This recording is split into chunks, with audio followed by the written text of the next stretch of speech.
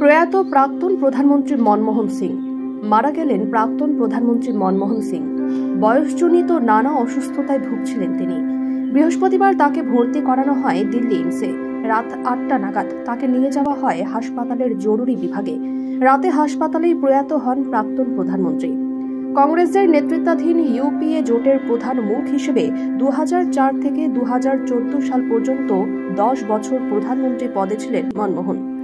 2014 সালে বিজেপির নেতৃত্বাধীন এনডিএ জোটের কাছে ইউপিএ পরাজিত হলে ক্ষমতায় আসেন নরেন্দ্র মোদী।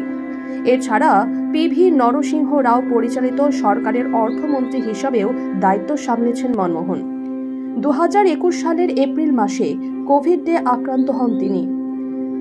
হাসপাতালে ভর্তি করানো হয়েছিল, তবে সেই সময়ে সুস্থ হয়ে বাড়ি ফিরেছিলেন প্রাক্তন প্রধানমন্ত্রী। তারপর থেকে শরীর কম বেশি অসুস্থই ছিল তার।